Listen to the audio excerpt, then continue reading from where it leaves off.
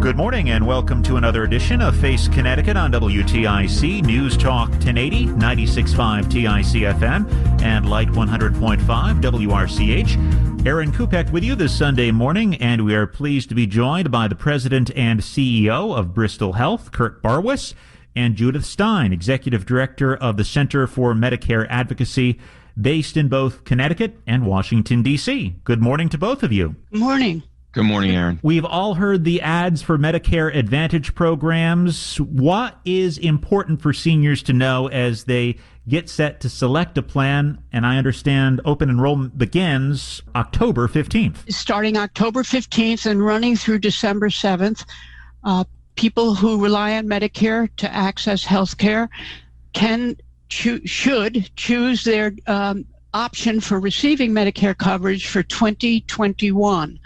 And again, those dates are October 15th through December 7th. And during that period of time, one can decide whether you will be staying in or entering the traditional Medicare program, or deciding to enroll in or re-enroll in what's called a Medicare Advantage plan, which are private insurance plans that work to provide Medicare coverage. And so those options are all available to you for between October 15th and December 7th. Judy, what are some of the considerations people should make when they select a plan? Well, when deciding your Medicare option, you should weigh the value of being in traditional Medicare, in which pretty much all physicians, hospitals, nursing homes, and home health agencies and the like throughout the state will be available to you so that you can see virtually or otherwise the healthcare providers you want throughout the state of Connecticut and indeed nationally. Medicare Advantage is as I said, a set of private insurance plans. Those have set networks, groups of physicians, hospitals, and other providers. And you want to make sure, if you choose a Medicare Advantage plan, that all the physicians you see or may want to see, should you get ill or injured, would be available to you. Certainly make sure that the physicians and other healthcare providers and facilities, hospitals, home health agencies, and nursing homes and the like, that you use, at least make sure those are in the plan. That's the first thing to decide.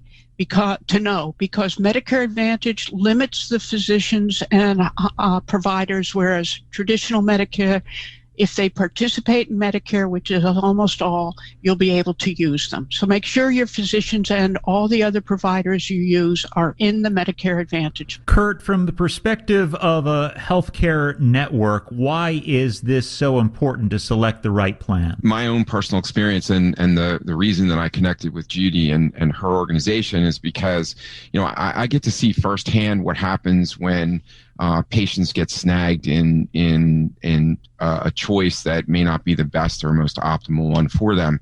And, I'll give you this example. I hear these, the ads are starting now, as you said, and the thing that strikes me in the experience that I have is that, patients often get stuck waiting for authorizations under these Medicare Advantage plans. And that's the thing that's most prevalent in my mind.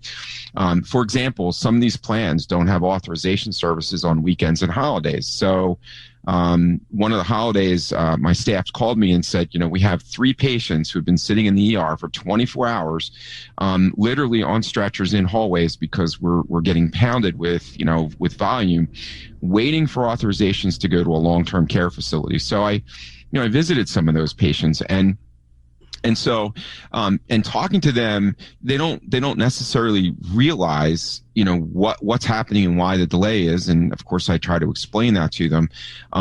But I think the thing that as a provider, as a health system, that is, really important is that the folks that are going through this decision process reach out and get the right information, understand that plan's going to be there for them when they actually need them, that they have authorization services on weekends.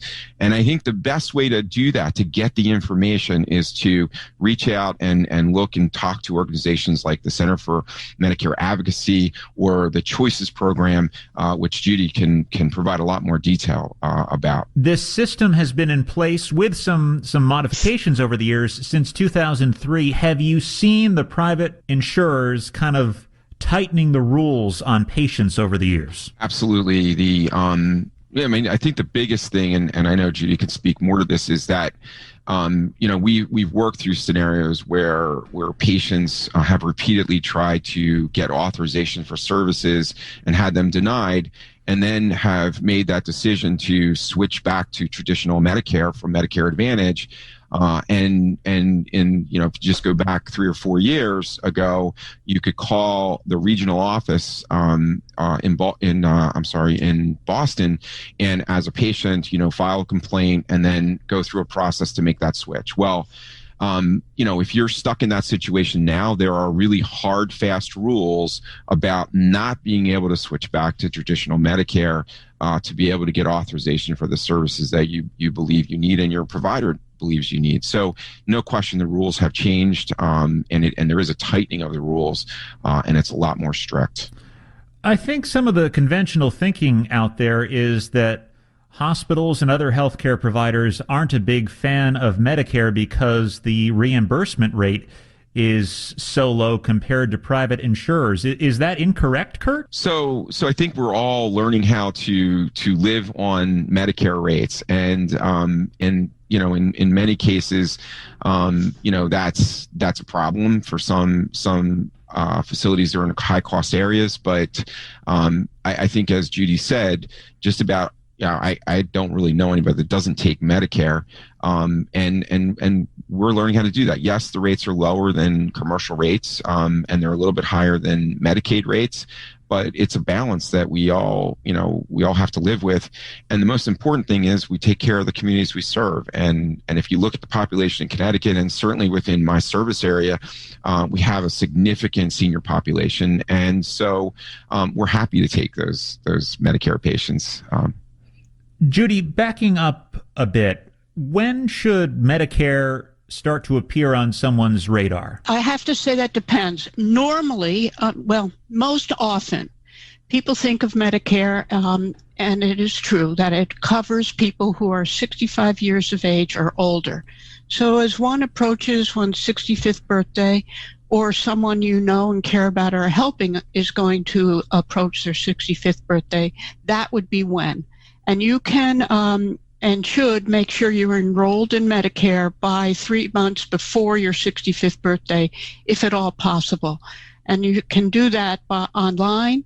Go to Medicare.gov and find the way to enroll in Medicare. Make sure you are enrolled in Medicare Part A, and you can choose to be in Medicare Part B as well. Just simply, I would say, make sure 3 months before one's 65th birthday that you get that organized.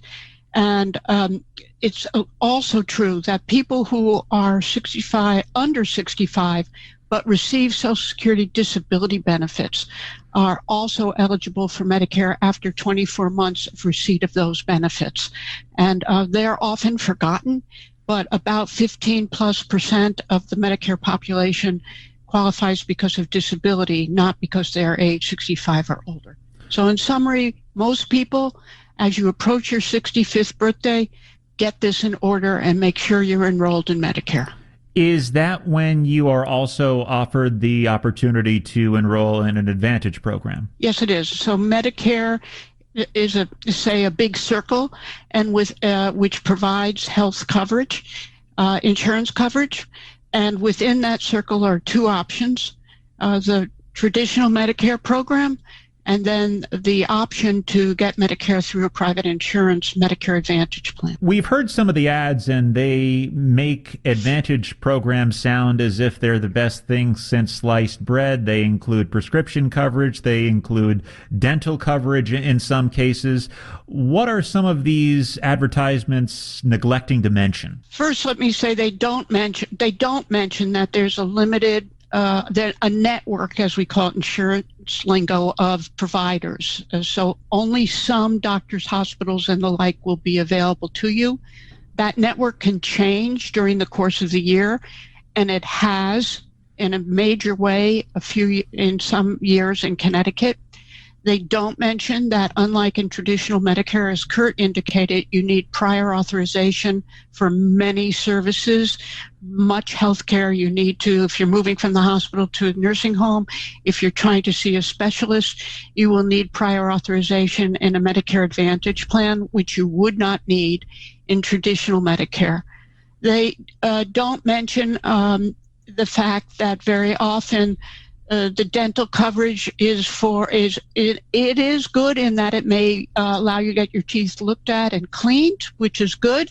But if they find a cavity or a problem, very few plans actually will cover getting that problem resolved. You also may pay a little bit more in some of the plans for the dental services that are available. Same thing for vision. They may pay a little bit towards eyeglasses, but how much, and are you paying more for that? They don't mention that there's a copay oftentimes, or at least sometimes, for home health services, which old people may not think they will need. But you buy this insurance, you enroll in these options, you get insurance to cover circumstances when you are sick and you might get injured. And you want to make sure that the Medicare Advantage option will be the best for you if some of those unexpected happenstances happen. We all get sick and we may get injured. They don't tell you the limitations on some of the new options available. I'll just mention some of those. So for instance, meal service or home health aides, are those available to everybody in the plan? Do you have to pay extra? Is it only a limited amount of that? It is only after a hospital stay. So there's a lot of fine print that you want to make sure you know about. Please ask the Center for Medicare Advocacy or the Choices for Program for help. Don't just listen to advertising. You're listening to Face Connecticut. We are talking to Judith Stein. She is Executive Director of the Center for Medicare Advocacy, along with Bristol Health President and CEO Kurt Barwis. Kurt, how would you assess the condition of the Medicare system currently as we deal with a healthcare system in this country that's kind of in flux? Yeah, I think the traditional Medicare program is a really great choice for seniors because, as Judy says, it really does take care of all your needs, and I think you asked almost a world hunger question about assessing the healthcare system. As you said, we're truly in flux, and there's this incredible shift from just volume of services to value of services, and so I think part of that shift involves this underlying kind of goal of getting more people into Medicare Advantage plans so that there are pre-authorizations, there are screening processes in place, there is care coordination for folks who have chronic illness. Those things aren't necessarily happening appropriately, and that's where my concern comes in. I give you a great example. I live in the community where I work, and I had a senior that I use his business all the time, and I walked in the door, and I could see that look on his face, and he just looked at me and said, I got this notice from my Medicare Advantage plan. I don't understand it. I've had a serious episode of illness, and my doctor tells me I need to have a CT scan, and I think there's a problem with scheduling it at the hospital. And so I look at the notice, and basically the notice says, listen, we have up to 13 days to authorize this service, and we've decided we need another 13 days. So we're going to give you a decision on whether we're going to authorize this service at the end of the month. And that can happen. And it's from my perspective, that shouldn't be happening. If a physician decides that their patient, through their assessment, needs to get healthcare services, they shouldn't have to wait 2 waiting periods for authorization to get that. It should happen much more seamlessly. What we need to have in this country is have Medicare Advantage authorizations match that of traditional Medicare, so that folks aren't caught in this kind of a situation. Judy, do you see steering going on where the government or some of these private insurers are trying to steer people into Medicare Advantage programs and away from traditional Medicare? Regrettably, yes. Just by the fact that even on this call, we're hearing, what plan should you choose? They've really changed the language and the mindset about Medicare being a set of plans, and that you should choose a plan. And the digital online tool that the Medicare agency has to help people make a Medicare option for the coming year is called the Medicare Plan Finder. And if you go there, it will direct you to make a choice of plans or Medigap. Medigap is the insurance that you might purchase in order to fill the gaps for traditional Medicare, help pay the cost sharing. So we at the Center for Medicare Advocacy indeed have been very concerned that over the course of the last 3 years, marketing rules, consumer protections have been loosened up, and there's been a lot more emphasis on the notion to choose a plan, and emphasis on the value of Medicare Advantage, making it easier for one-stop shopping if you choose a Medicare Advantage plan, and in many ways helping and encouraging people to think of Medicare as a Medicare plan and to enroll in or stay in a Medicare plan rather than consider or stay in traditional Medicare. Do you recommend people assess their needs every year at open enrollment time? Is there an option just to kind of let it ride? There is that option, but that's a really good question, Aaron. All too often, in fact, people do not make a change once they enroll in a plan. In fact, the Kaiser Family Foundation tells us that there's only about 10% of the population in Medicare that changes a plan once they choose one. So this whole notion of choice is really not accurate, because people don't keep making a choice, and they actually do need, if they're in a Medicare Advantage plan, to make sure that it's going to serve them in the coming year. The physicians and the other healthcare providers may well change from year to year. By the same token, the prescription drug benefit and what it will cover, what drugs are on its formulary, or what's known as a formulary, the list of drugs that will be covered, and how much they will cost you, will change from year to year. So while this has made Medicare much more complex, it hasn't necessarily, in fact, led to people making choices. And they indeed need to attend to that to make sure that they are going to have the drugs covered and the physicians and healthcare providers they need if they're in a plan for the next coming year. Judy, can you just briefly explain the intersection of Medicare and Medicaid? I know Medicaid covers a lot of lower income folks who aren't near Medicare age, but when you get to be a bit older and have to maybe go into a nursing home, Medicaid can kick in if you can't afford some of that care, correct? That's true. And by the as well, Aaron, people can be what's known as dually eligible for both Medicare and Medicaid during their lifetime, even if and when they are not in a nursing home. So yes, Medicaid is a program for lower income folks who have medical necessity and medical needs.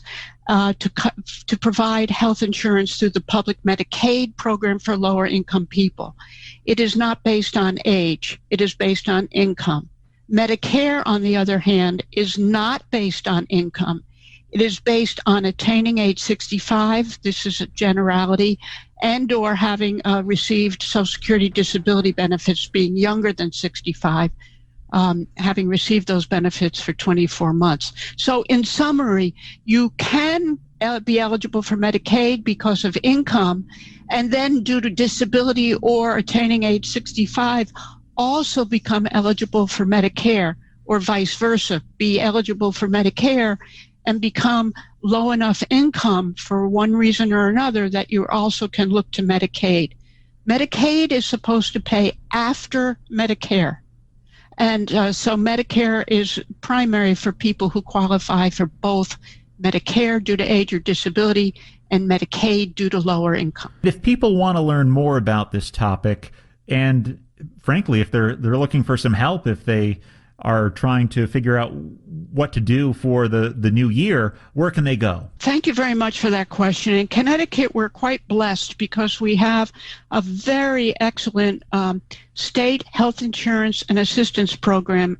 That's a network of national programs that helps people free with confidential counseling, education, and assistance to choose from and navigate all this Medicare plans and traditional Medicare and Medigap and Medicaid. You can reach the Choices program. In Connecticut, those programs are called Choices, and I'm going to give the 800 number, which is a statewide number, 1-800-994-9422. And that's the Choices program, which will help people with this open enrollment period coming up in October, make choices for their Medicare option for 2021. And then if there are problems, you need advocacy, something doesn't seem to be working right, we also have the Center for Medicare Advocacy, which I run, and our number is 860-456-7790. And we have a very, very full website, MedicareAdvocacy.org. Our services are also free to all residents of Connecticut. And if you call the Center for Medicare Advocacy, a human being, very knowledgeable human being, will answer the phone from 9 a.m. to 5 p.m. Eastern Time every day. That's 860-456-7790. And Choices, again, to help with enrollment, 800-994-9422. Kurt, in our final moments, I know you earlier this year were diagnosed with COVID-19. Just wanted to see how you're doing. I'm doing absolutely great, Aaron. Thank you so much. I was lucky to have a very slight illness and made it through very, very well, and truly appreciate all the support I've gotten. I have participated in multiple clinical trials since then, the last one being a home antibody testing kit with my wife. We did that together, and it was quite the experience to go through that. While they watch you test yourself for antibodies, and they're not able to give you instruction, you have to read the instructions. So it was quite good. Thank you for asking. And I really want to say thank you for doing this at this so important time of the year. The things that Judy talked about, seeking information. I mean, from my perspective, having to deal with the questions that I get from patients about authorizations and delays and how come I can't have this service from the Medicare Advantage plan. I would say the place to start is not responding to one of those ads. The place to start is calling Choices, the number that Judy gave you. When it's time for you to make the choice about Medicare Advantage versus traditional Medicare, and talk it through with somebody, I highly encourage people to call the Choices line first, talk it through, and make an informed decision. It's very important. He is Bristol Health President and CEO Kurt Barwis, joined by Judith Stein, Executive Director of the Center for Medicare Advocacy. Thank you so much for joining us this morning. Thank you so much for having us. Thank you so very much. Thanks for listening to Face Connecticut. I'm Aaron Kupek. Enjoy the balance of your weekend.